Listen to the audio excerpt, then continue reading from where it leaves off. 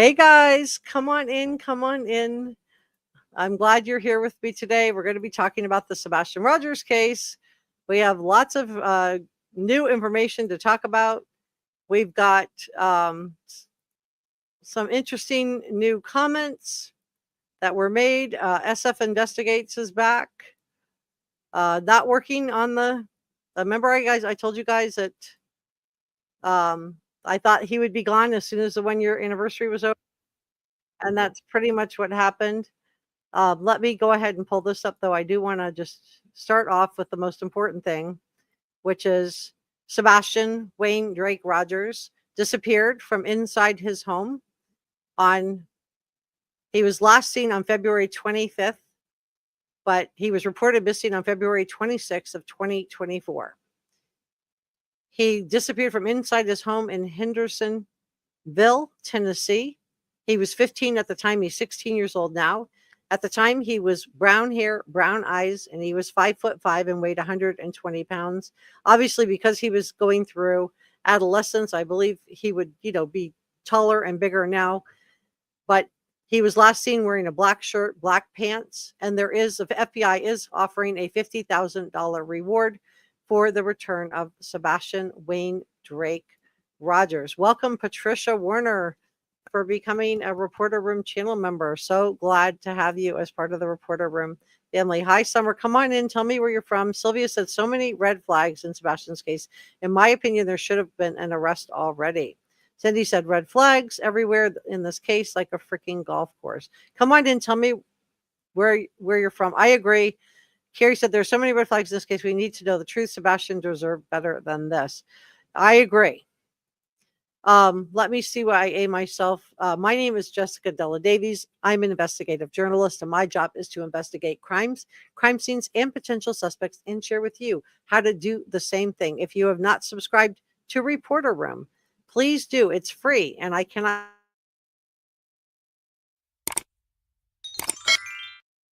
get to 50,000 subscribers without your help. Like, share, leave a comment, and know that everything I'm sharing with you is my opinion, and opinions are not facts. Please don't send any negativity. We have enough going on with all the lawsuits. Let's not add anything else to it. Please don't send any negativity to anybody else. Let's be good and kind to each other. Carrie says there are so many red flags in this case. We need the truth. Sebastian deserves better than this. Hey, Kathleen. Hi, Jewel. Hi, Dabs. This is our, thank you for modding today, Dabs. Who else is here modding? Let me see. And Jazz is our head mod along with brother Mike. Thank you both for modding today. Hey, Alchemex. Jody is modding. Thank you for modding today. Hi, Pandies. Hello, everyone. WNC praying for Sebastian. I think that's great. Gypsy, hello. Come on in. Tell me where you're from, and let's put up some green hearts for Sebastian. His favorite color is green. Hi, Kathleen. Where Summer says, thank you for sticking to the facts. Hi, Veronica. Hi, Delphina. Welcome from New York. Here's our other head mod. This is Sixth Sense Amelia. She's from New Zealand. Gypsy says, hello from stormy Atlanta. Amelia says, good morning from New Zealand, Reporter Room community. Hi, Pearl. Hi, all. It's all very sketchy. Anything new on this case? Well, we do have some stuff to dig into. Yeah, we do. Jewel said, "What? I don't know if I would characterize everything as like being all new, because law enforcement, to me, new is becoming right from law enforcement. But have we found out some things? Yeah, definitely we have." The Jewel said, what is hidden in the dark shall be revealed into the light. This I pray for Sebastian, Summer, and all children lost. That's lovely. They've got Deborah and Pandy's putting up green hearts for Sebastian. Thank you for the thumbs up. Yeah, please give this a thumbs up. So Where Summer is number 17 on the thumbs up. And Jazz puts up green hearts. Midwest. Dabs. Hi, Minoda. Welcome from the UK. All right. Eve Love God puts up the green hearts. Jewel put up green hearts. Pearl put up some green hearts. Alchemex put up green hearts. All right. So let's dig into this. We do have, there is a lot to go through. So what I have pulled up right there, today we're going to be talking about the Sebastian Rogers case. FS Investigates said he was quitting Twitter. He wasn't coming back. And a lot of people said, yeah, he'll be back at you because your Twitter account, when you delete it, you can reactivate it within 30 days. And sure enough, he's back. I told you guys that I believed that Chris and Katie, in my opinion, only were using him to get through the 1-year anniversary and to try to find out what law enforcement knew. And that as soon as the 1-year anniversary was done, that I thought SF Investigates would be done too. I don't know if this was his choice or their choice. I do want to thank all of our mods and our channel members and our subscribers. So I just want to talk about a couple of things. We have AtNight calling out Chris Proudfoot. And let's start there.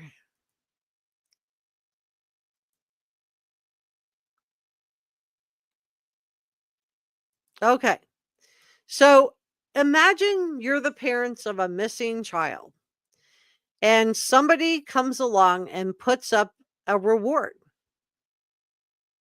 And they say that they have $447,000 reward. I always say FBI 50,000, but they're saying $447,000 reward for missing teen Sebastian Rogers. If you were the parent of this missing child, would you tell everyone that the people who are looking for your child are liars and that this reward is not real and that nobody's getting $447,000? $447,000. Would you tell people that they weren't getting this money? Or B, would you just be so happy that you don't care what number people say? You don't care if they say it's $1 million. You can't verify it yourself. And I don't know if this is, their reward or not. I have no way to tell you. But I'm just talking about if you were a parent of a missing child, would you poo-poo it? Would you say, oh no? So this was AtNight responding to baseless claims. They're characterizing this by Chris Proudfoot regarding the $447,000 reward for missing teen Sebastian Rogers. So they are saying they collaborate with Dog the Bounty Hunter. I've heard some people say Dog the Bounty Hunter just wants to be relevant again. He doesn't have to be relevant again. He's 70 years old. He's nationally and internationally known. He doesn't need to be relevant again. I don't even know what that means. And to be clear, Dog the Bounty Hunter and I have followed each other on Twitter for a good long while because we were both verified before they were selling the check marks.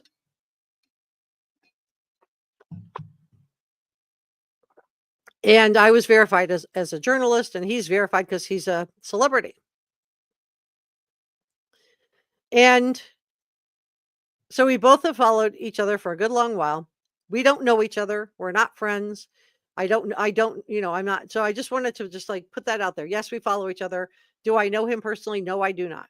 Do I wish I did? Oh, sure. I would, love to meet Dog the Bounty Hunter. I would, if I saw him, I would definitely get his autograph.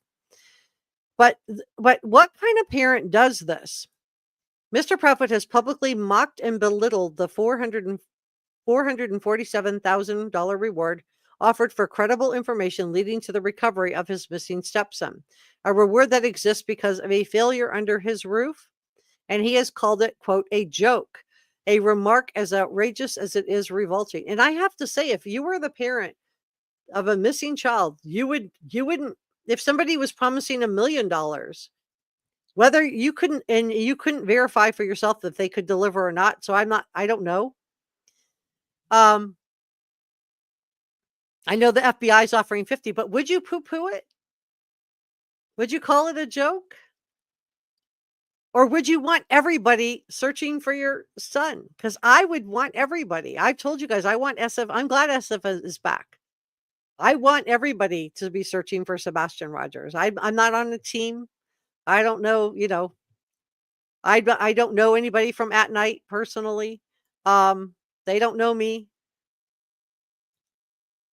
I don't check in with anybody of what I'm going to talk about. I just do my thing, do my work. do my looking into everything. But I do think it's really, the reason I'm bringing this up is I think it's really weird that the parents, and we know Katie is right there. She's the smarter one of the two. She's got Chris out there taking all the bullets for her. But, would you be poo-pooing that reward and telling people it's not real? Or would you rather just have people look for your son? I just think it's odd. Again, it's another red flag in a sea of red flags, in my opinion, allegedly. Let's be crystal clear. This reward is real, active, and growing, backed by Dwayne Dog the Bounty Hunter Chapman, AtNight, an expanding coalition of American citizens desperate to find a child who disappeared on the Proudfoot's watch. For a man who's done nothing to advance the search, Mr. Proudfoot has had no hesitation in undermining those who have given everything to it. He and his wife, Katie Proudfoot, have refused help, rejected direct offers from Dog the Bounty Hunter, lied about their cooperation, and aligned themselves. Well, I'm not going to talk about the YouTube. I don't want to impugn any other YouTubers. AtNight is actively exploring legal civil options against. I don't know if they're really going to have any civil options for defamatory, because they're allowed to say their opinion. Chris Proudfoot can absolutely say, it's his opinion that there isn't that amount of money. But my question is, why would you do that if you really wanted your child found? You wouldn't. If you do know something about where Sebastian Rogers is, call the Sumner County Sheriff's Office at 615-451-3838 or 1-800-TBI-FIND. That's 1-800-TBI-FIND. If you don't want to talk to law enforcement, you can text 844-922-3236. Some people don't like to interact with law enforcement, but I just thought it was interesting that we have somebody who supposedly wants him found. I want him found, but I'm going to put down people that are actually looking for him. I just think it's weird. I don't know. Tell me if you guys have a different opinion. And I'm glad SF is back. I'm glad SF isn't back. I think I want everybody who works who can find this child, I want them to find him. But this is just, proof that SF is back. Steve Fisher is back. And I hope he does continue to work on the Sebastian Rogers case. We need all the help we can get. People who really want Sebastian found are going to not be putting down other people that are looking for him, in my opinion. And then I just think this is wild. This is wild, you guys. And we're going to look at Nancy Grace and Seth Rogers' interview in just a second, but let me pull this up. This is wild. So it says here, number 3, Fifth Amendment protections invoked by Katie Proudfoot. Dog the Bounty Hunter, his teams, and AtNight confirmed that Katie Proudfoot, the mother of Sebastian Wayne Drake Rogers, has purportedly been instructed by an attorney to refrain from participating in any public forums regarding the case. Now, I have seen her, to be fair to Katie Proudfoot, I have seen her do some interviews, and supposedly they are doing another interview with America's Most Wanted. But I'm also hearing rumors. I don't know if this is true or not. This is just a rumor. So rumor, speculation, major speculation warning here. Supposedly, allegedly, the Proudfoots didn't let America's Most Wanted come into their home, which makes me wonder, did they dismantle Sebastian's room? Why wouldn't you let them come in? If that's true, we'll see. We won't know till it comes out. For all I know, that just could be something that somebody started to just be unkind. But so they're saying that she invoked her Fifth Amendment rights under the U.S. Constitution in relation to the entirety of the ongoing investigation. And of course, they're saying it's an absolute right of Mrs. Proudfoot, which is rightfully irrevocable or circumventable. I just thought it was interesting. Definitely thought it was interesting. Because again, if you really want him found, wouldn't you be cooperating? So my credit here is to Nancy Grace. And this is with Seth Rogers. Let me know if the sound is okay.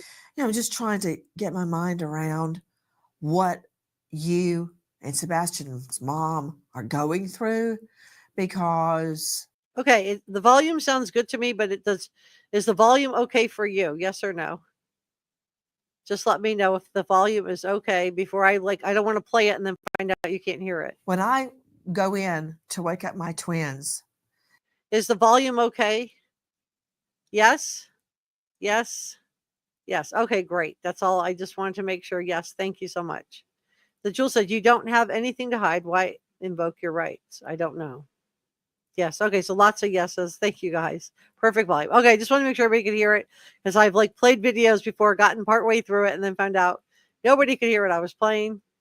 And I was off on my tangent. I've made that mistake enough times where I know not to do that anymore. All right. Let me back it up a little bit. Let's go. They're lost, and the Lord only knows where. Seth, what have you been doing to find Sebastian? Been handing out flyers every day. I've been on some podcasts. I've done some face-to-face interviews on the news. I'm just anything I can. I've been to the south side of Nashville. I've been to Franklin. I've been to Bellevue. I've been through Henderson. I've been through Gallatin. I've been through Clarksville. I've been through Oak Grove, Kentucky. I'm handing out flyers, finding out. I want everybody to see my son and know that he's missing, and that if you see him, call 911. I need my son back. So to me, there's people have said, why don't you go after Seth more? I have before in the past. I don't think Seth was perfect. There's no, but he actually has been out searching. He's listing places where he's gone. I haven't seen anybody tell me that this man has not been looking for his son. And he has the most ironclad alibi. And if Sebastian had gone missing on Seth's watch, I would be all over Seth. I'm just trying to get my mind around what you and Sebastian's mom are going through, because when I go in to wake up my twins, if they're not in the bed, which is rare, they're usually still asleep. If they're not in the bed, I immediately glance in the bathroom, and if they're not there, that's totally out of character. They're always right there in their bedroom in the morning when I wake them up. And that would be totally out of the normal if they weren't there. Tell me your understanding of what happened. Katie told me that when she woke up Monday morning, that he wasn't in his room and she can't find him. And I heard that once I got there.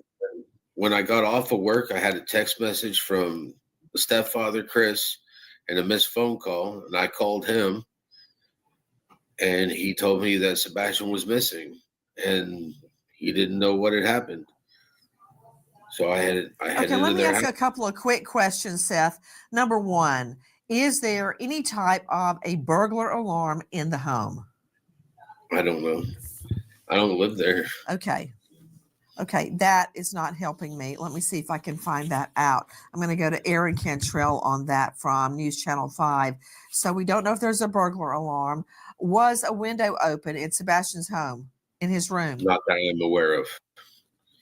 Well, Nancy, we don't know. We do know that they did search the perimeter of the house. And I know one day when I was out there, when they were searching, they had a dive team out there. They were searching the grounds, but the area is very, some parts of it is very rural, and they're doing a lot of construction around the area. So there's a lot of construction, lots of subdivisions being built in that area. And like you mentioned earlier, the flashlights in the backyard, that was a very common area where people could potentially be walking, but it is odd at that early in the morning that there were 2 flashlights, in considering that's what detectives are saying, that they believe that Sebastian left the home barefoot with the flashlight. So that is very odd. But as you can see in these pictures here, it's a very rural area. They've called in teams from across Tennessee. They've gone as far east, as far west, bringing in different units to come search the property. They've drained ponds. They're looking everywhere. And they've searched about a 10-mile radius in thousands of miles, just going back and forth, until unfortunately they had to scale back that search. And they even searched a landfill, and that's like a horrible, horrible thing to have to search. You can't bring in search dogs because it's so bad for the dog's health. They could, step on a dirty needle or something, like that, or glass or something like that. So they have to do it by hand, and law enforcement has to do it. And it's awful. And, it's really, really concerning, but I do feel like law enforcement did do a thorough search for Sebastian. I do believe that they, pulled out all the stops to try to find Sebastian Rogers. I feel like Seth Rogers has been out looking for Sebastian, and Katie and Chris just seem like they're doing everything they can, in my opinion, to they don't seem interested in encouraging people to search or to help. They did I only know about one search that they did in October. That's all I know about, months and months after. So I don't know. What do you guys think? Are you watching closely? So Seth, what time did you get to the home that day? I got the message at about 7:20. I was there at about 8 o'clock. So immediately, when you got to the home, tell me about the state of the home. The home was clean. I mean, it looked like it normally did when I walked in. So were there any signs of forced entry at the front or back door, or on Sebastian's window that you could observe? No. And Katie's told us, I don't know why he walked out that door. So to me, that sounds like she saw him either being walked out the door or walking out the door. So if he did walk out the door without his shoes on, was he not permitted to come back in? Because it was cold that night. It wasn't freezing. It was in the 40s, but it was cold. And we know Sebastian doesn't like to be out without shoes on. So why would he have gone out the front door without shoes? And if he was planning to really be gone for a good long while, to me, it doesn't sound like a planned escape. There was none. Was anything stolen from the home? Not that I was informed of. Okay. Do you know if there are burglar lights, motion sensor lights that would turn on if someone moved on the perimeter of the home? No, ma'am. Okay. I'm trying to understand his daily routine. Did Sebastian get up every morning and go to school? Yes, ma'am. What school? Beach High School. How far away? I think it's like 0.6 miles. 6 miles? Did you say 6 miles? 0.6. 0.6 miles, very close to home. Did he walk or take a bus or ride a bike? He rode the bus. He rode the bus. Is he mainstreamed? He is autistic. Is he mainstreamed with other students? He's in their Why We Try program. What is that? It's for the special needs children, where they are doing the same tasks that the mainstream does, but they get a little bit extra time. If they have like 30 questions, then in the Why We Try program, they get like 20, and they get extra time to answer them. So they're still learning the same stuff. Okay, I'm trying to understand. That morning, your wife calls you, your ex calls you about 7:20 a.m. Would that have been on a school day? No, it was her husband that called me. And I think it's wild that Katie didn't call him, because here's my question. If you knew that you had another parent, you knew that you had, his biological father, Seth, who took him, for every other weekend, wouldn't you, when he was missing, before you called law enforcement, wouldn't your next call have been to Seth to see if there was some kind of miscommunication? Did you pick him up? I mean, I would just want to know, do you have him? Is he with you? But instead, Katie doesn't reach out to Seth at all. Instead, we just get this, he gets a text message from Chris Proudfoot, and then, he had, followed up by a phone call. It's weird. It's weird. Why didn't Katie call him? Wouldn't you have checked in with Seth before you called law enforcement? Chris says, and here we go. Here we go. It almost feels like we're on to the next phase. I would have, as a parent, if you were co-parenting with someone else, wouldn't you have picked up the phone and called that person and been like, you know what? He's not here.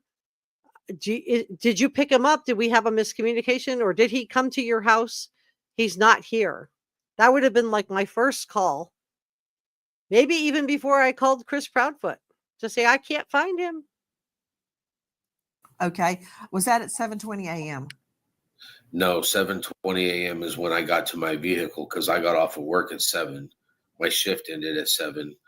By the time I found out to make sure that I didn't have to stay over or anything, then I got to my truck about 7:20.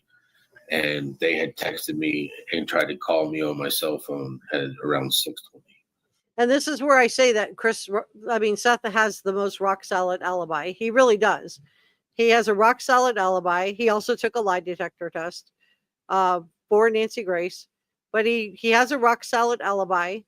He was working as a corrections officer, so he would have been on camera parking his car. He would have been on camera going into the building. He would have been on camera clocking in. He would have been on camera while at work, and he would have been on camera leaving. So he didn't get out till 7.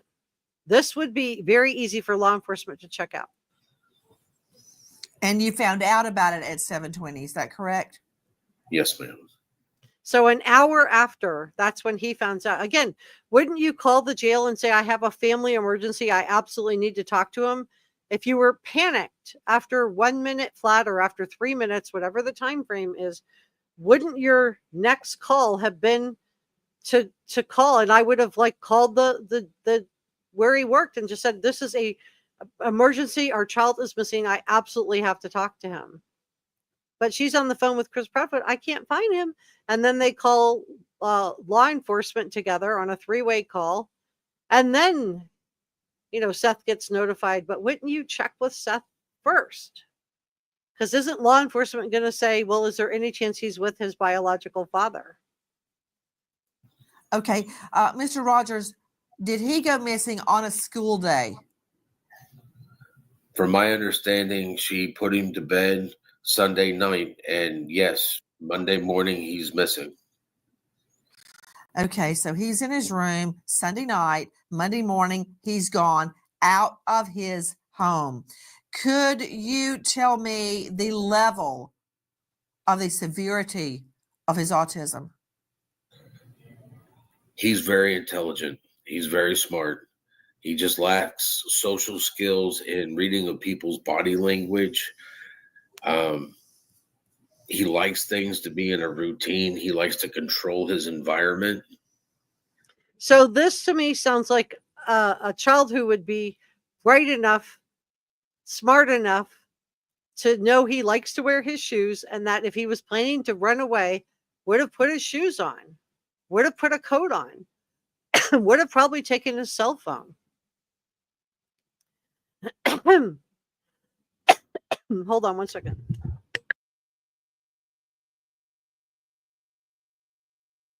So sorry, I'm just recovering from a cold.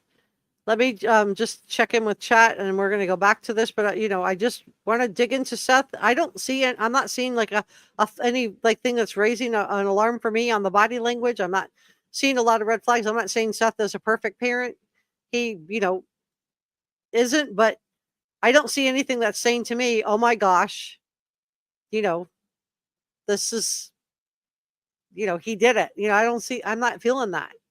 I feel like he honestly didn't get the call till 7 o'clock, 7:30. He said he found out at 7:30 or 7:20, 7:20. So an hour after Chris Proudfoot is told. Nobody calls his work and says this is an emergency. I think that should have been a red flag as well. I don't know. Let me know what you think. If you don't think that's a red flag, I'd love to know why. I think it's a red flag. Yeah, please give this a thumbs up. Okay, good. All right, let me see where we are. Yep, we have a Facebook group, and we talk about all kinds of different cases in there if you're interested. Remy says, poor innocent child. Yeah. The Joel says his father is behaving in a manner which is considered normal for the circumstances. For Omega says it's obvious Seth is absolutely broken. And Jazz agrees with you. Where Summer 1-800-TBI finds says, I wish all the parents of any missing child would just stay off panels of social media and go to local and national news channels.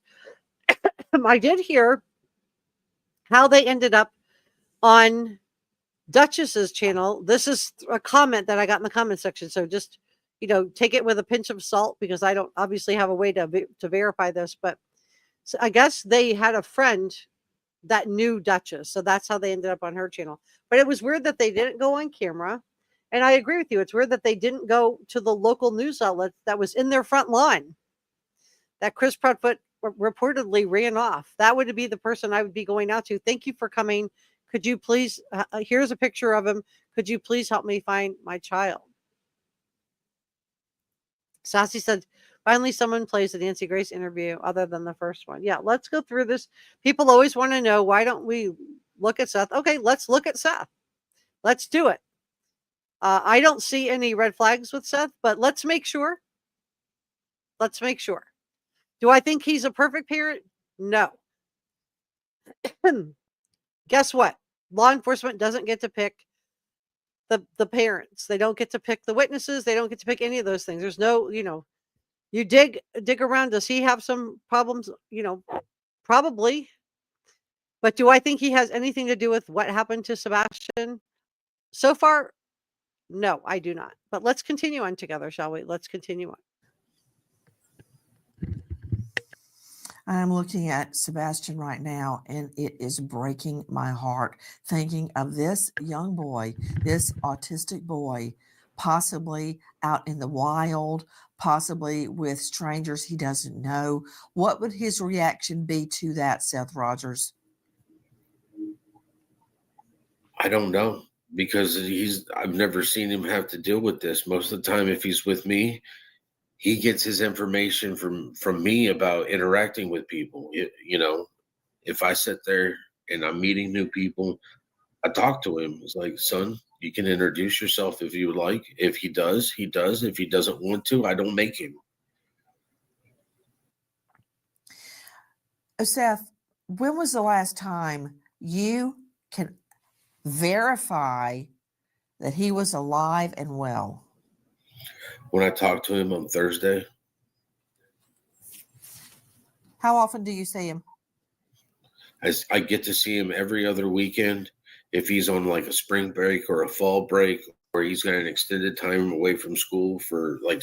And I love the language of, I get to see him every other weekend. To me, that sounds like somebody who enjoys spending time with him, not somebody who's trying to give their child away. School days. When we had the weather was bad out here and they canceled school, he was with me. Summer breaks, I get him whenever he's not in school, except Seth, for the week. Whenever you and his face on that, I get him whenever he's not in school. That's as happy as you can be. Whenever you have the opportunity to be with Sebastian, the time away from school for like school days. When we had the weather was bad out here and they canceled school, he was with me. Summer breaks,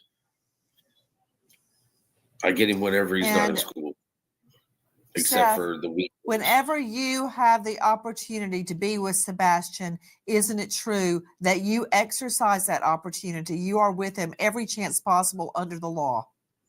Yes, ma'am.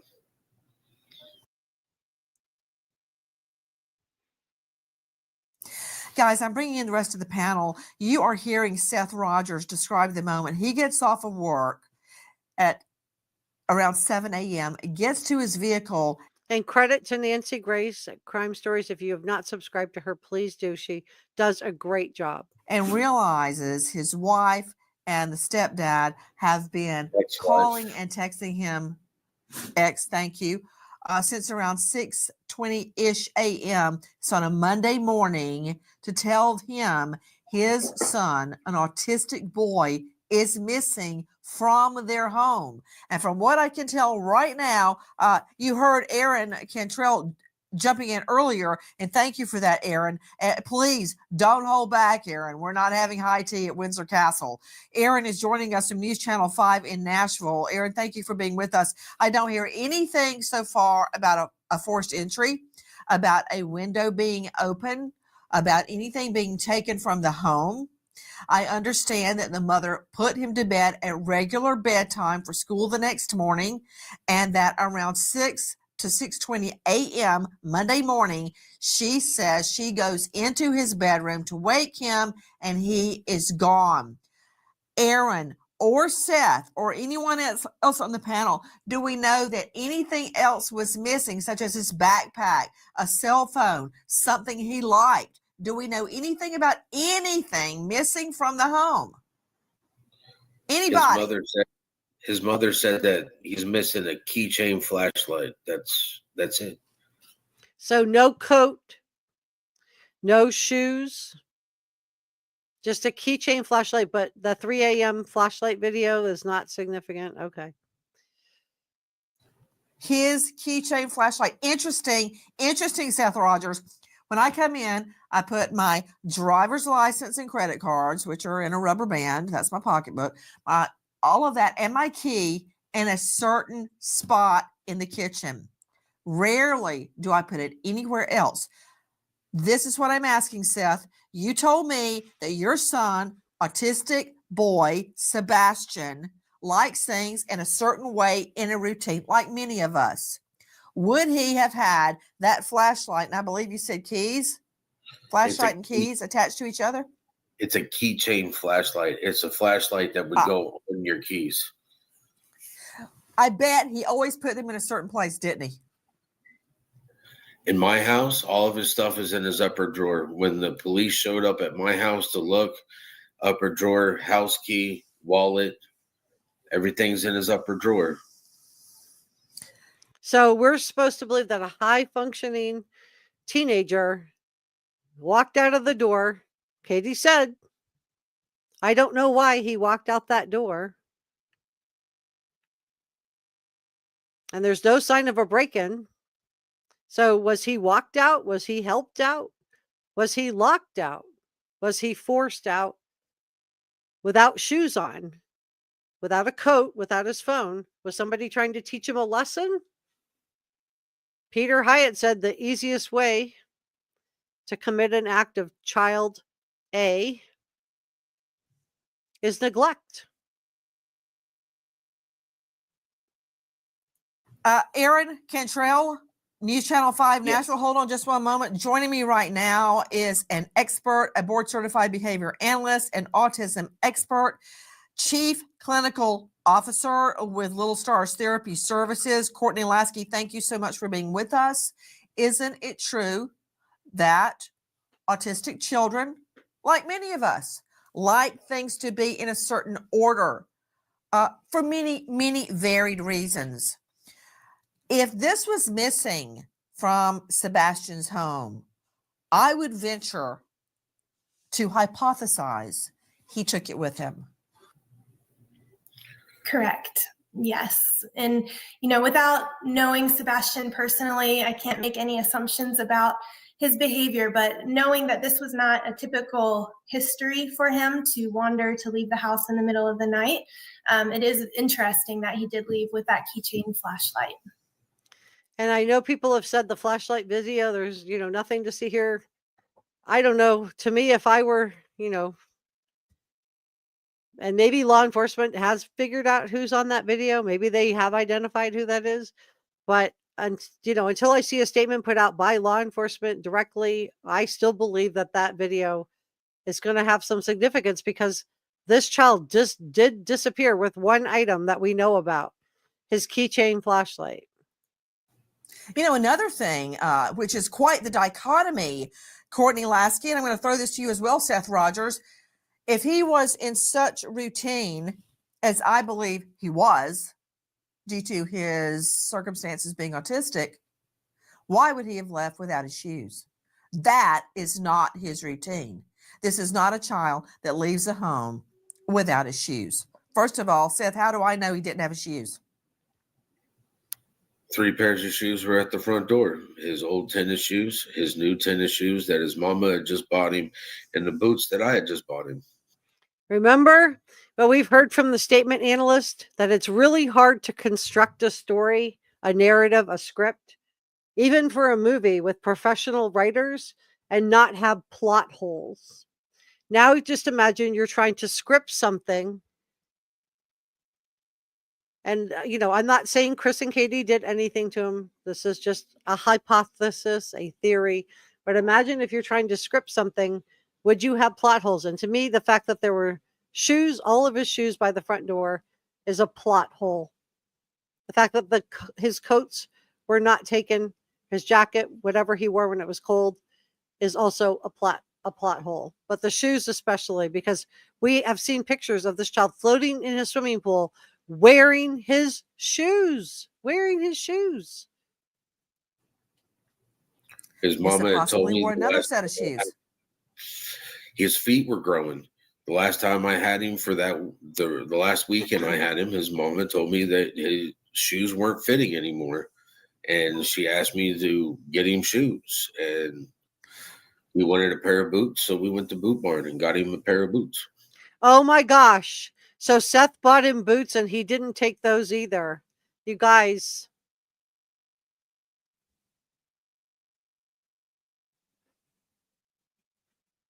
So many red flags, but in my opinion, not from Seth.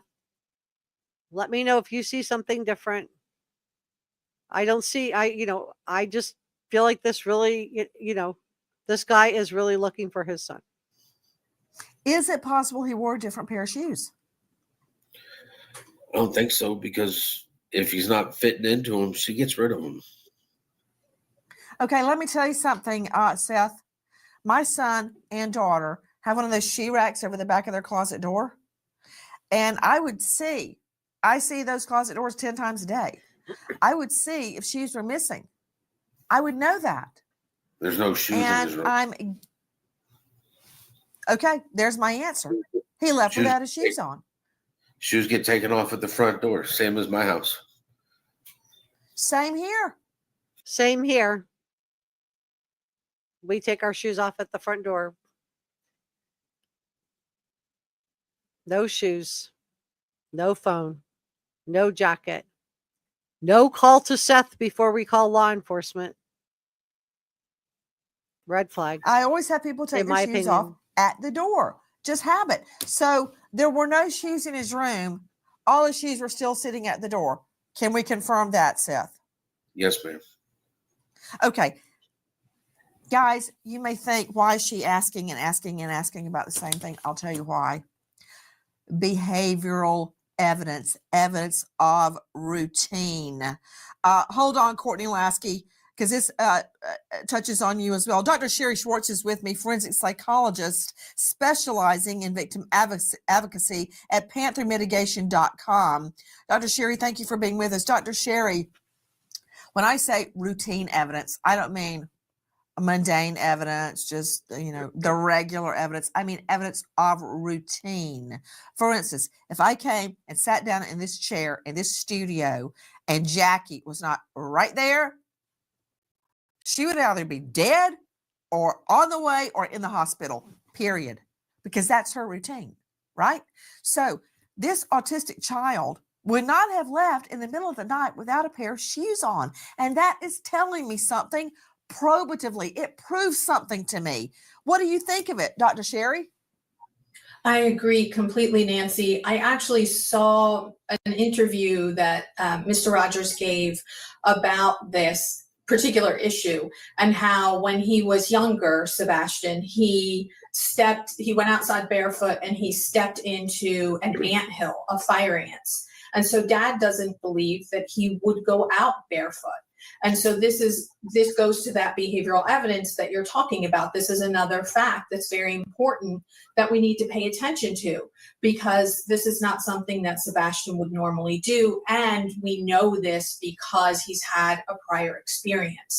So these are really important cues in an investigation like this. I agree. I agree with her assessment. Let me know what you think. Let me check in with chat. I do want to get your opinions on this. Where Summer says yes, and they search landfills. They do not let everyone come in and dump anything while they're searching. Nobody is at it. Nobody at all is allowed in there except law enforcement and maybe one equipment operator. Thank you for sharing that. Pepper says organizations. Hey guys, I'm so sorry I'm late. I just got done with school work for the week. Oh, well, that's great. Well, thank you for modding today, Pepper. I'm really glad you're here.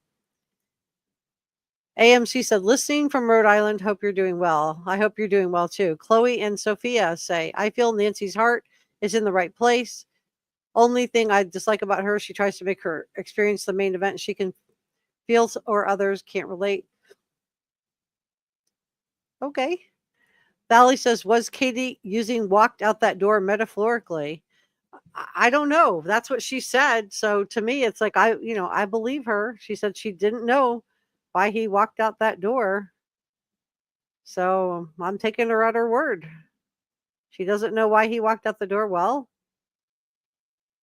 why did she say that? I guess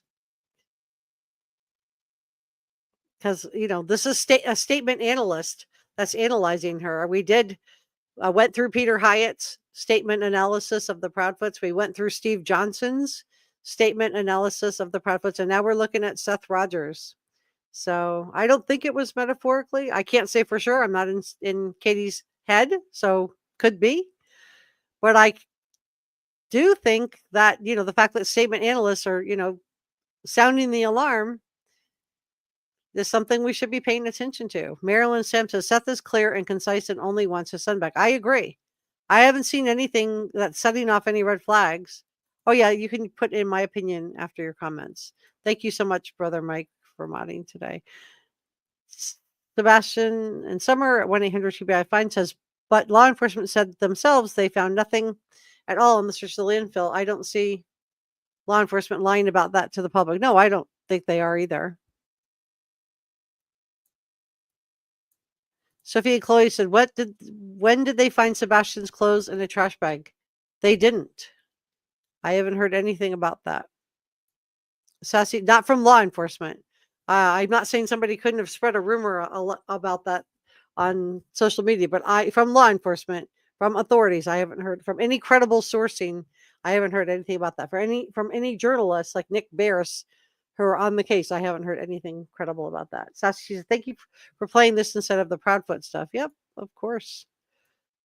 Susan said, yes, carried out. I think the mother is deflecting by saying he walked out. AMC says, every day is something new. I don't know what to believe anymore. I understand.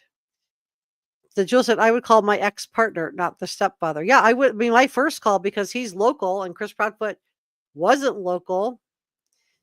Is I would have called Seth before I called the police just to see if he went there. If you thought he walked out that door, and Katie said, I don't know why he walked out that door.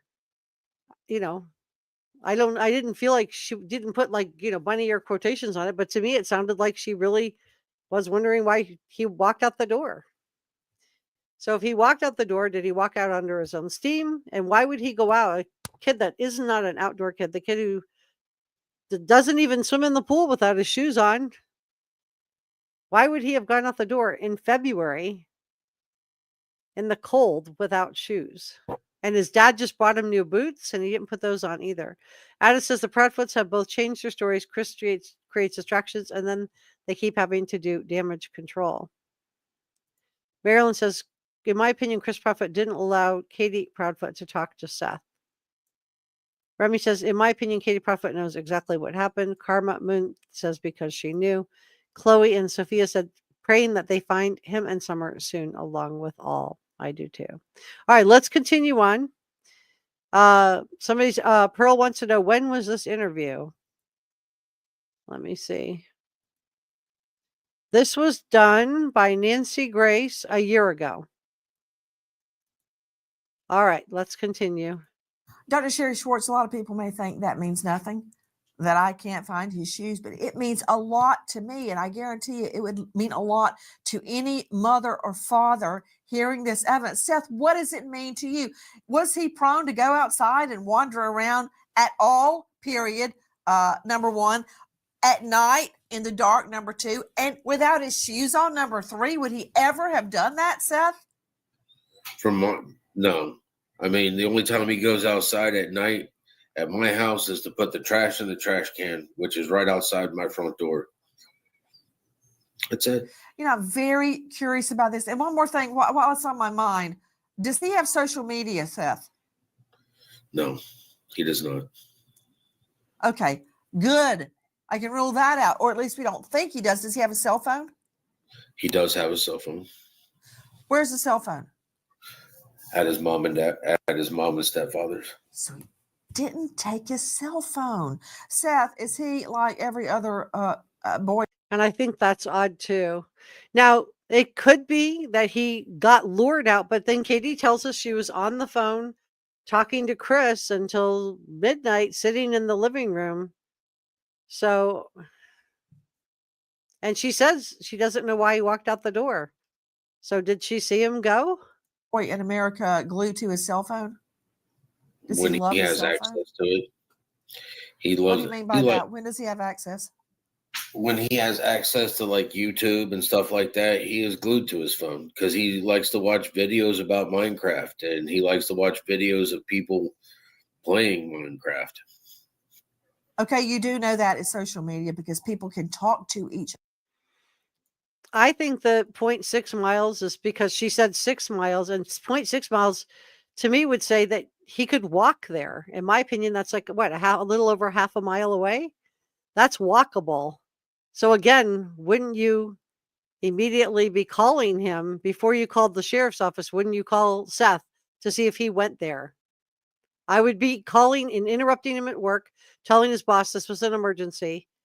Yeah, please use allegedly or my opinion after your comments. And Jazz is right. There's a lot of lawsuits going around. You don't want to be in one of them. Other on Minecraft. Did you know No, that? I didn't know that. I found what I'm out. talking about is the videos. He watches videos of people playing it on YouTube.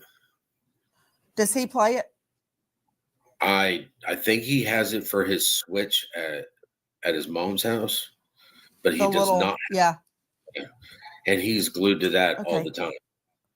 We need a forensic search of that phone pronto, Seth, because I find it very curious if he went voluntarily, that he didn't take the phone with him. Okay, because it'd be a cold day in HELL that either one of my 16-year-olds would go anywhere without their phone. And it's not just them. I mean, everybody takes their phone with them everywhere they go. It's like their magic wand. You can't be without it. So I find it interesting. Did the mom have the phone put away? Could he have taken it with him? Most of the time, I've seen the phone plugged in on the counter on the little bar in their kitchen. Okay, I'm going to Courtney Lasky joining us, expert in children and teens with autism. Courtney, you've been listening. Weigh in. Yes, I absolutely agree with you, Nancy. This is a very unusual pattern of behavior that we're looking at. If this child has access to a cell phone, like you said, Minecraft is social media, YouTube is social media, anywhere that he would have access and the ability to talk with others. My concern would be related to his autism diagnosis and that deficit in communication and understanding of social skills. Is it possible that peers at school or someone has contacted him through these gaming methods? Bullying, peer pressure, was he persuaded to leave perhaps from his mom's house in the middle of the night? I know Is that that you jumping in, Seth? Yes, ma'am. I know that his phone was locked down. He had no internet access. He only had the ability to take pictures on his phone, text on his phone, FaceTime, and telephone calls. Everything else was locked down on his phone. Now, it is possible that he could have gotten, kids can get onto computers. We know just even if just because something's locked down, but we haven't heard anything from law enforcement, any evidence where law enforcement has come out and said that, he was online, that he was talking to somebody. We haven't heard anything like that. Have the police looked at his phone? Have they taken his phone to look at who he may have been speaking to? Yes, ma'am. Question: Where is this coming? Where's this coming from, Aaron Cantrell? That people saw flashlights 2 people with flashlights around the property the night that Sebastian disappears. And I keep seeing in all the headlines the night that Sebastian wandered off barefoot. I don't think that's what happened. So, no, it just doesn't seem like most people just thinks he didn't would have gone out without his shoes on. I agree with Nancy's assessment of the situation. I don't think that this particular child, I'm not saying any child, but this particular child would have left his house in February voluntarily and known he wasn't coming back. I just don't think he would have run away after seeing pictures of him in the pool with his shoes on everywhere. I haven't seen any pictures of him with bare feet.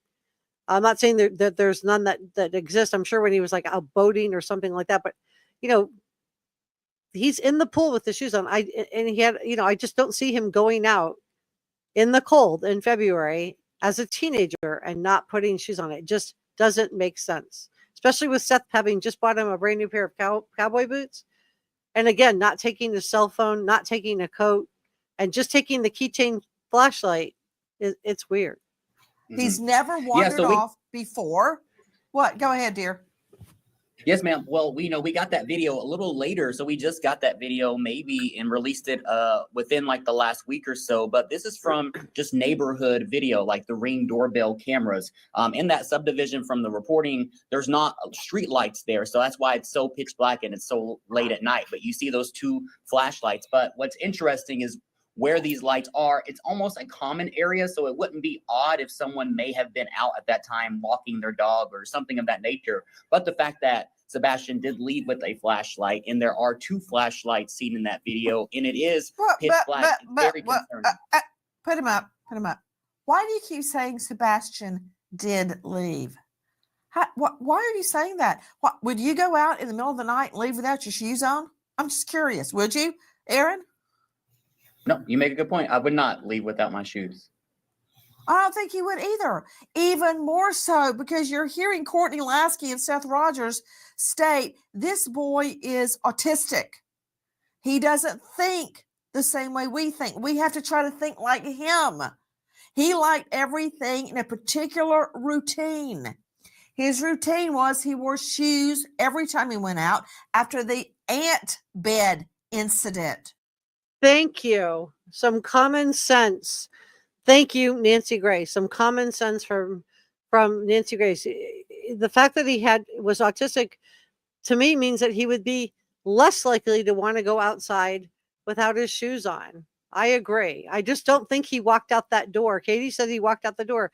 I just don't think he was planning to run away or was planning if he did go out that door, was it voluntary or not? And again, it just takes me back to what Peter Hyatt said, which is the easiest way to commit child A is to be neglectful. Was he punished and told to go out the door? What do you guys think? Are you watching closely? Okay. So, no. Why would he go missing? And let me ask you something else, Aaron Cantrell. Isn't it true that Emergency Management Agency Director Ken Widener has told us that the canines could not pick up a scent outdoors? So there's been a lot of back and forth about whether or not these dogs picked up a scent. And we've heard differing stories, but this is from law enforcement. Let's listen. Exactly. They have not been able to pick up a scent. They had a false hit, but then that did not turn out to be anything because. Okay, so there was a hit, but it was a false hit. When Sebastian went missing, it was kind of a warm day that first day, but after the next day of the search, it went extremely cold. It was rainy, which made it even more concerning because here you have this 15-year-old who has autism with no shoes on and, maybe a sweatshirt and sweatpants, but it is. And look at how the searchers are dressed. The next day of the search, it went extremely cold. It was rainy, which made it even more concerning because here you have this 15-year-old. Look how they're dressed. I don't see, they're wearing boots and jackets and some of them are wearing hats. They're not out there in a t-shirt. who has autism with no shoes on and, you know, maybe a sweatshirt and sweatpants, but it is now cold. So they were concerned about hypothermia as well. So a lot of factors kind of changed the search as well, but they have not picked up a scent at all. Okay, so that's it definitively. The whole thing of, you know, this dog picked up there was a false hit, and I've seen it reported out, but there it is, right from, you know, from the horse's mouth early on a year ago when all the information was new. There was a false hit, but no scent of Sebastian. For those of you who've been saying that there was no scent and Sebastian that they picked up, he wasn't seen on any of the doorbell cameras, except for the one camera with the flashlight video that we're not supposed to look at or talk about.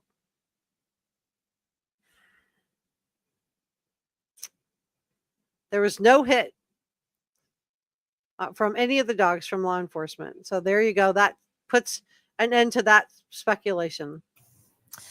Officials. And this is what I do as an investigative journalist. A lot of what I do is just researching. It is just researching, going through old information, comparing it with new information, and just trying to figure it. And also a lot of it's process of elimination, what somebody does say, what somebody doesn't say. But, you know, I do think this is my take on it so far. Let me know if you have a different feeling. I feel like I don't see anything alarming in anything Seth Rogers is saying. I don't see anything alarming or hear anything alarming. He just sounds like a father who honestly wants to find his son. Let me know if you have a different take on it. Let's continue on together, shall we? Let's continue on. Officials have now been able to analyze home security video from that Hendersonville neighborhood and discover signs of what may have happened to Sebastian. 2 people near the family home, and as I recall, it was around 3:10 a.m. that Monday. 3:10 a.m. Who in the hay is walking around? 2 people, 2 flashlights at 3:10. 3 people. 2 people with the flashlights, but there was a third person in that car that started up that car. So to me, it's 3 people. But anyway, I digress. A.m. in that neighborhood, and coincidentally, it is the same time during which Sebastian goes missing, which leads me to our guest, Douglas McGregor, Geographic profiler specializing in violent crime and missing people. You can find him at the Geo Profiler. Douglas, thank you so much for joining us. A lot's happening right here. No canine scent outside. No shoes. No break-in. No theft. The phone's still there. Weigh in. So if we look at each of these, the no shoes thing, there's a lot of autistic people who actually enjoy going barefoot. It connects them with the earth. They like that texture, that feel. I mean, there's a whole campaign, barefooting for autism. So I know that, and I did read the article. Let me stop you right there, Douglas. Let me stop you right there. Seth Rogers, Yes, he's ma'am. right. But does that have anything to do with Sebastian? Did Sebastian go barefoot outside? Was he part of Barefoot for Autism? Do you know? No, he's got a pair of slippers that he wears, so he doesn't have to put on socks and shoes. He puts those on if he's going to go out to the trash or check the mail and doesn't want to put socks on. Have you seen him since the ant bed incident go outside barefoot? No, not at my house. Okay. So he doesn't go outside barefoot. Okay. All right. Back to you, Douglas McGregor. Go ahead. So continuing on with just how he left the premises, the other question I have is the wording that law enforcement is giving out with regard to what he was wearing, the clothing, that he was in a black sweater and black sweatpants. How do we know that? Did he go to bed in that clothing? How do we know he didn't wake up in the middle of the night and change clothing? I think the wording should be he may be in a black sweatshirt and sweatpants, or he may have those things on him if they are missing from his house, but we don't know that he left in those. That's a really good point, Seth Rogers. What about it? Is that what he slept in? How do we know that's what he was wearing? His mom said that he was wearing black leisure pants and a black T-shirt when he went to bed. Guys, I So want they- you to hear what Eric Craddock, Chief Deputy of Sumner County Sheriff's, has to say. Really wanted to come to the community and ask for your help. We need you to search your properties every day, morning and night. If there's a shed or a crawl space or up under your mobile home or a tarp that's in your yard, check it every morning and check it every night. Look for any details that something has been disturbed. If there's a shirt that was there today that wasn't there yesterday, notify us. You can really help us by searching your own property twice a day. Like I said, we're operating under the assumption that Sebastian walked off, and we really need your help to ensure that he is brought home safely. So law enforcement was even operating under the assumption that he walked away. And Katie told us she didn't know why he walked out that door. So I guess my question is, why would he go out the door without a coat, without his cell phone, and most importantly, without his shoes on? Did he? Did he walk off? If so, why are canines not picking up his scent? I can tell you this, Seth Rogers, and to you, Douglas McGregor, the best witness I ever put on the stand, and all the years I tried cases, and I don't mean shopliftings, I mean felony homicides, violent crimes, was a dog. If the dog tells me the dog cannot pick up a scent, I believe the dog. So I'm having a hard time accepting what I'm hearing, that this young autistic boy just wandered out in the middle of the night without shoes on. Okay, back to you, Douglas McGregor. Tell me more of your analysis. So looking at what the canines were able to pick up, those canines should be picking up multiple scents. And it's all based on. Okay, I just want to back that up. The canine should be picking up multiple scents, not so they picked up no scents. We've already established that. There was a false hit, but Was no a dog. scents. If the dog tells me the dog cannot pick up a scent, I believe the dog. So I'm having a hard time accepting what I'm hearing, that this young autistic boy just wandered out in the middle of the night without shoes on. Okay, back to you, Douglas McGregor. Tell me more of your analysis. So looking at what the canines were able to pick up, those canines should be picking up multiple scents. And it's all based on Sebastian's routine activities. You know, does he go to a friend's house during the week? Does he go to the corner store? Does he occasionally walk to school, even taking the bus? Those canines should be picking up all those scents from that 7 days past, because canines regularly train from scenarios where someone's gone missing from 1 hour up to 7 days, and bloodhounds can pick up even longer than 7 days. So those canines should be picking up scents. They should be tracking those scents and then ruling them out as an activity from the past that isn't associated with him going missing on that Sunday evening. Guys, we were just showing you an aerial sketch of a landfill search. Let me check in with if you're just joining me, we're watching Nancy Grace. We are looking at one of the early interviews done with Seth Rogers, where she has a variety of really good experts on. She has on forensic psychologist. She has on local reporter. She has all kinds of different experts that are coming on to tell us their take on it. And she also has Seth Rogers. We're looking at one of his early interviews as well. Let me check in with chat, and we're going to continue on with this together, you guys. Sassy T said, supposedly everything was checked in the house, crawl space, attic, and chimney. Thank you so much for giving this a thumbs up and be number 208. And I see Marie. Jackie at Happy with a Twist says, I've often thought of that, Veronica. And Veronica and Sassy says, Veronica, if she did, why didn't she say it? I'm trying to see what they're responding to. I don't know. Well, there's Veronica. Hold on. Thought I saw her.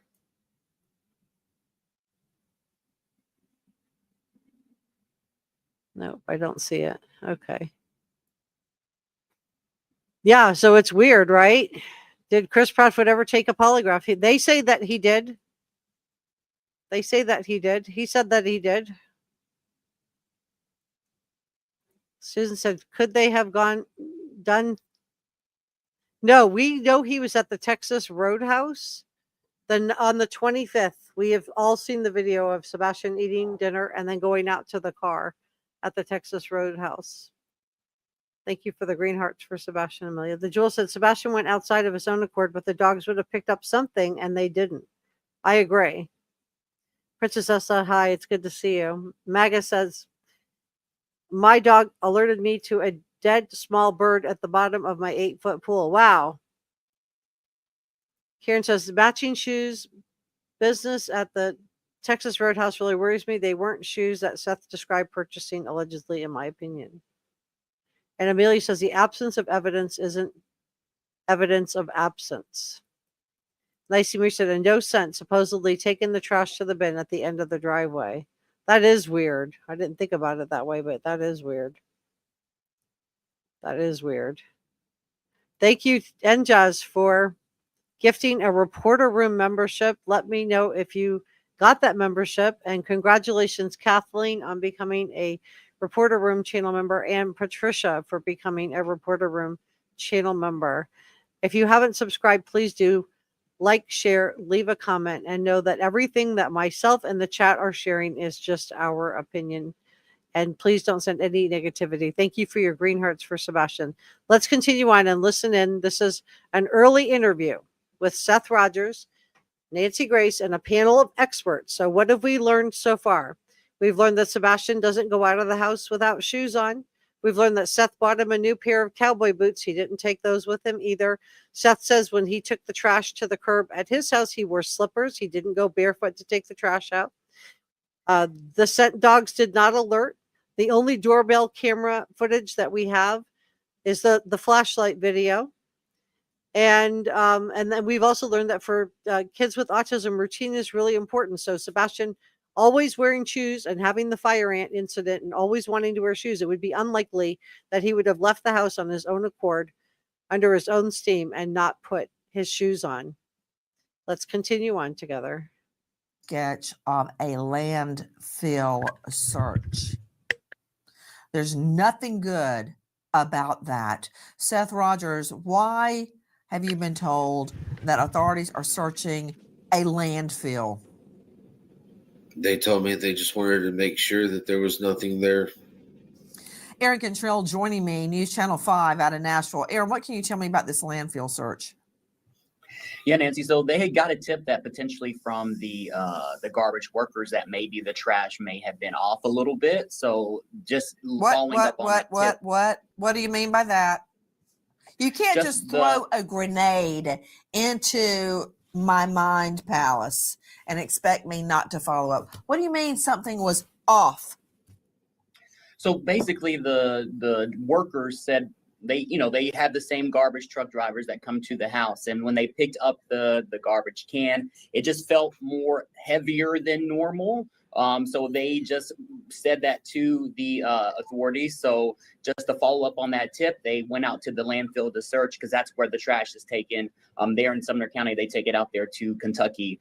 So just following up on that tip, that's what kind of led them out there because, we're used to our garbage, the same garbage truck workers coming out there. They know kind of how the trash usually feels every single day. So it felt a little off for them. So that's why they told that to the authorities. So that's kind of what led them to the landfill to start looking around. Wow. Okay, so now we've got a definitive answer from a journalist, a local journalist, who's telling us why they were there. We're not done, but I just do, before we get to the end of this, let me just do a thank you to our producers, Njaz, Sasha Angel, George Brown, and Pepper. We are not done. We're not even halfway through this. I want to say thank you to our channel members. Thank you so much for giving me the freedom to be able to cover cases like this. If you would like to have your name appear like this in all of my videos and live streams, just hit the join button. It's next to the subscribe button. But subscribing is great too. It's free and it helps me out a lot. Channel members is just, I think it's $2 or $3 to be a channel member. And it does really help me be able to cover more niche cases. And thank you so much. This is super thanks and coffee gratitude to Brother Mike, Green Eye Sparkle, Kami, Njaz, thank you for the gifted membership. Rebecca Bruce, thank you. Njaz gifted, I think, 6 memberships today. 12 Gauge Investigative and Annette Sheehan, thank you so much for super thanks and coffee gratitude. All right, let's check in with chat. What do you want me to repeat under your scars? I'm not sure. If you want to clarify that, I will be glad to back something up. Sassy said, I heard you must have a warrant to search landfills. This means there must be an abduction. Not sure, just what I've heard a few times. Well, they could have gotten a warrant. Rita says, yes, and they didn't go on. I don't know. Marilyn Sims says, I do not recall, but I was listening to someone that called the garbage company and they denied this. Well, this is coming from law enforcement, not the garbage company. So I hope that helps. And it's a local journalist who would have ties to local law enforcement. Thank you for the green hearts reach for this guy. Karen says there was no dog seen at the Texas Roadhouse and they didn't say they took them allegedly. And in my opinion, dump why they were sent. Hey, reach for this guy. AMC says you don't go out to dinner and leave your pets in the car. Marilyn Sims says, I don't know who called. For Maga says the weight increase of the can would be probable cause. I agree. She said, just heard today, law enforcement needs probable cause, so they would have found something. Yeah, and they would have had it, I think. I don't think a judge, we're not talking about searching somebody's house. We're just going to the landfill. I think if they would have been, if the garbage people are telling them the trash weighed differently, they would have been able to get a warrant. Let's continue on together. Seth Rogers, have you been asked to take a polygraph? No. Would you be willing to take a polygraph? I volunteered. And I think law enforcement, if they didn't ask those parents to take a polygraph right out of the gate, I think that was a mistake. I think they should have had all 3 of them taking a polygraph, in my opinion, right away out of the gate. Not waited. I'm glad to hear that. You know why? I hold every parent to the gold standard. I don't know if you've ever heard of Mark Class. His daughter Polly was kidnapped from the home. She was horribly molested and murdered. When cops came, he, like you, was separated or divorced from his wife and lived separately. You know what he said when they came at the door? He's like, take my fingerprints, search my home, search my car, search my office, do whatever you want. Find my daughter. Find who took my daughter, because it's not me. I'll take a poly. I'll do whatever you want. And they did all of that. Of course, it wasn't him, it was somebody else. But that said, has the mother and the stepfather taken a polygraph? I know the mom has. What? I said, I know his mother has. So she agreed to a polygraph. What about the stepfather? I have no idea. Guys, there is a reward for information in the search for this little. And the reward now is the FBI is offering $50,000. Autistic boy. Aaron Cantrell, I want you to take a listen to what Chief Deputy Eric Craddock has to say. Listen. Last Monday morning at about 6:30, Sebastian was reported missing from his home. Since then, we've conducted an extensive and exhaustive search around the home, looking for any evidence, any trace of Sebastian. At this time, the decision's been made to scale back on the ground search operations. Let me be clear that this does not diminish our commitment to finding Sebastian. This is simply us transitioning from the ground search to the investigative side. We are still committed to finding Sebastian and bringing him home safe. We have no leads, no details to indicate that Sebastian is not alive. From what? And we are hearing now that America's Most Wanted is now getting involved, and there's supposed to be a story coming out on the Sebastian Rogers case. So we'll be on the lookout for that. I don't have the date of when that's going to be. Yeah, we've been told up to 400. We've been told different numbers. We've been told different numbers, and I don't know what the number is. But to me, 50,000 from the FBI is a lot of money. So we're hearing different numbers. CalGal says there are different types of warrants: bench warrants, arrest warrants, and search warrants. Thank you for that, CalGal. Pearl says, so why wouldn't they start with polygraphs? I think that was just a mistake. That I think that, I wish that they would have started with that. I agree with you. I really do wish that they would have started with a polygraph on all three parents. I know that Seth has a ironclad alibi, but I would still want to just know for sure. I would just want to get him cleared one way or the other. Yeah, the FBI offered $50,000. Thank you for that, Sassy T. ABT says CTB stated that about the bag found isn't. I don't know what you're talking about. I have no idea. And Sassy T says the dog, the bounty hunter reward is up to $477,000. Thank you for that. Barbara says, I've not followed this case very much. In my opinion, if a mother knows for sure he went out the door, how he was taken out, red flags everywhere, praying Sebastian is found. Elizabeth said, looking in a landfill in another state means there's interstate connections. FBI always gets involved when there's interstate travel suspected with abduction and kidnapping, other such crimes. Good point, Elizabeth. AMC says, if there was any kind of warrant, they still would be arrested on site. If there was a warrant, no, not necessarily. Not if you didn't find anything. They didn't find him. He wasn't at the landfill. So why would they wouldn't, what would they be arresting somebody for? I'm not sure I understand you. If you want to clarify that, that's fine. And please don't feel like I'm picking on you. I just am honestly trying to understand where you're coming from. Like, I'm not sure if I understand. Ladybug Toot says, Chris Proudfoot said he took a poly, or has he? He says he did. Elizabeth said, where's the FBI? They are involved in this case. They put up a $50,000 reward.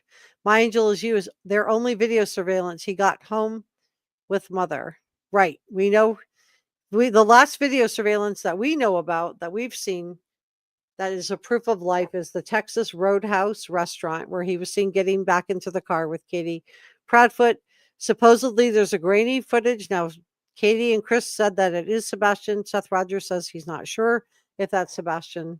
So, let me know what you think about that. Pearl said, if I were innocent as a parent of a missing child, I'd demand they give me a polygraph. AMC said, FBI open up. Leslie says, thumbs up to the AMC. Calga says, exercising a search warrant does not mean an automatic arrest. Correct. You would have to find something in the search warrant. If you just got a search warrant and you didn't find anything and you're looking for Sebastian and he wasn't there, then they're not going to arrest anybody. He's not there. And then if he was there, they'd have to find out like how he got there, if he walked there of his own accord or something like that. Joni said, watching from the back, I always thought she said that door, but not home door. Did he not walk out, in my opinion? She said, I don't know why he walked out that door. I don't know what that means. AMC, so maybe his boots, slippers, and sneakers at the front door, all his shoes were accounted for. All the parents agree on that. Thank you so much for modding today, and Jazz. Blue Zinnia says, I think that the Proudfoots know what happened. Lady 2 says, who here? I don't know. Leslie Keeper says, sorry, my thumbs seem too big today. I can relate. The Jewel said, this has the feel of a Harmony case. Everything happened in a car, hence no dog scent, in my opinion. AMC says she told him to go to bed after dinner. Did she see what he wore to bed? She says that he was wearing a black shirt and black pants. I don't know. That's a great question, AMC. I don't know the answer. Yeah, I agree, Mike. Karen says they have semi-collection trucks and J.E. McBurdy website, so I bet somebody collected the wrong trash service, allegedly, in my opinion. Hey, Tara. Tara said, it costs more than $700 per polygraph test. I can see them not doing the biological dad. Well, he did ultimately take one. because Nancy Grace had him take one, so he did take it. Thank you for the green hearts, Amelia. Elizabeth said, dip, dodge, drag, and delude. It's all I've seen, not the front door for sure. Side garage door, in my opinion. Eve Loves God said there's a picture of him wearing his shoes in the house, so I don't know why they said he wear his shoes in the house. Oh, said. Thank you. Said. Okay, thank you. Spent didn't. Why he didn't. Okay, I gotcha. Remy said, at this point, does anyone believe Katie Proudfoot? Possessions gives green hearts for Sebastian. Sassy says, Nancy Grace scheduled the polygraph, but Chris Proudfoot never took it. He did not. He did not show up for it, which is interesting. Jewel said Sebastian's shoes were part of his routine. Myrna says law enforcement has to put hard pressure on Katie and Chris separately to tell the truth of what happened to Sebastian. Midwest said, I believe this case has gone cold, unfortunately, and in my opinion. Princess Elsa said stepdad did not take one. Susan says no. At Remy, AMC said, where did you see him with shoes on in the house that night before he went missing? I've seen photos of him in the house with shoes on. I don't know if, he was trying on something like a new outfit or something like that, but I saw pictures that Nancy Grace flashed up on the screen where he had shoes on. But they took off shoes at the door. The shoes were kept at the door. And so I think that if his shoes were gone, I think they would have said. Susan said, who didn't show up? Sassy said, Nancy Grace said he lied. Kathleen said, I don't believe Katie Proudfoot or Chris Proudfoot, in my opinion. Pearl says, in my opinion, Chris Proudfoot and possibly his mother know exactly what happened to him. In my opinion, Chris Proudfoot took him out of the house and the mother knows. I don't know. Hey, Mike. Bushit says, I have a question. If somebody offers a reward, is it against the law if you don't pay the reward? I think you could. I don't know. Let me look it up.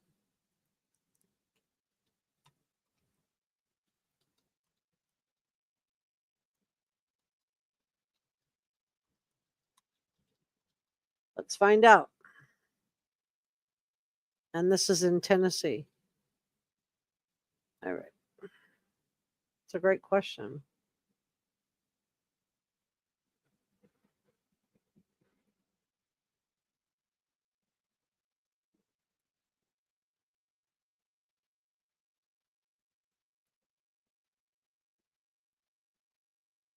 I don't see the answer to that, but I do see this, which is, I think, is interesting. Let's look at this. I'll look for that for you guys though, but hold on. Let's look at this. This is Justia U.S. Law. Missing Children Recovery Act. Timely report of a missing child. Offense of a failure to report a missing child. Except as provided in subsection B. Whenever a parent knows, learns, or believes that a child under the parent's charge and care is missing, the parent shall report that child is being missing to a law enforcement agency or the TBI.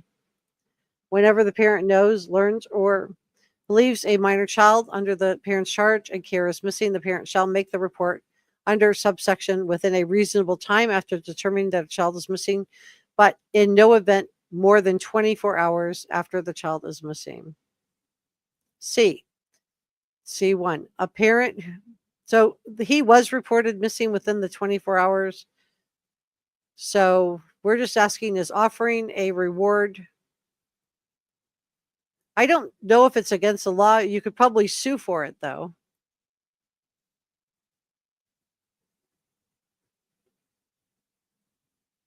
I see like offering. Let's see what this is.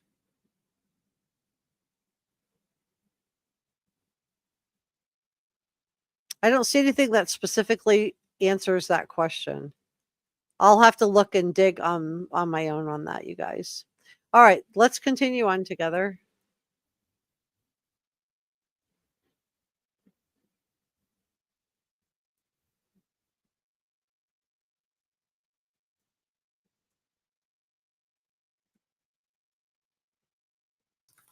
I'm deducing, nobody's told me this, that the flashlights of apparently 2 people were seen in that neighborhood. Was it on Ring Cam? Thanks for that.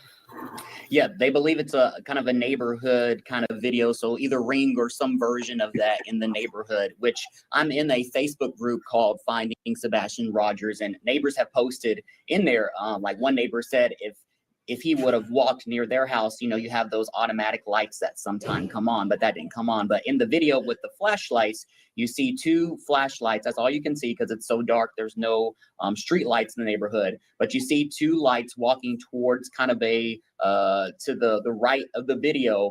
But then you see, I think it may be into a wooded area, and then one of those both those lights disappear. But then you see one person stay away, but then some other person or thing comes back into the camera. So that's kind of odd too, because you see 2 flashlights leave, and then you see some sort of body of something of one person walk back through the camera. So there you have a journalist describing what he saw with the flashlight video. And then we've seen it actually from the neighbor's camera, and it shows also a car with the headlights turning on and the taillights turning on. So it seems like that is significant. Let me know what you think about this in the comment section below. I haven't heard anything directly from law enforcement to tell me that it isn't significant. So I'm thinking that, it probably is until we hear it straight from law enforcement. Maybe we'll find out more when we watch America's Most Wanted. So let me know what you think about all of this in the comment section below, and please consider subscribing. It's free, and it helps me out a lot. I can't get to 50,000 subscribers without your help. And I just want to say that on Wednesday, I'm going to be doing the hearing. I'm going to air the hearing of Brian Kohlberger, Wednesday the 9th. That's this week. I'm going to be starting around 10:30 a.m. Eastern time, not Idaho time. I may go a little bit earlier though, because the times could change. They could fluctuate. They could be starting a little bit later. They could decide to start a little bit earlier. So just make sure you have your notifications on. Be on the lookout for that. And I have another Sebastian Rogers live stream planned for later this week. So be on the lookout for that. And I just want to say thank you so much for coming by to spend a little bit of time with me. I will link the Nancy Grace interview because we're not all the way through it. If you guys want to continue watching it, I will link it for you in the description below. And I will see you next time. Thanks for joining me. Bye.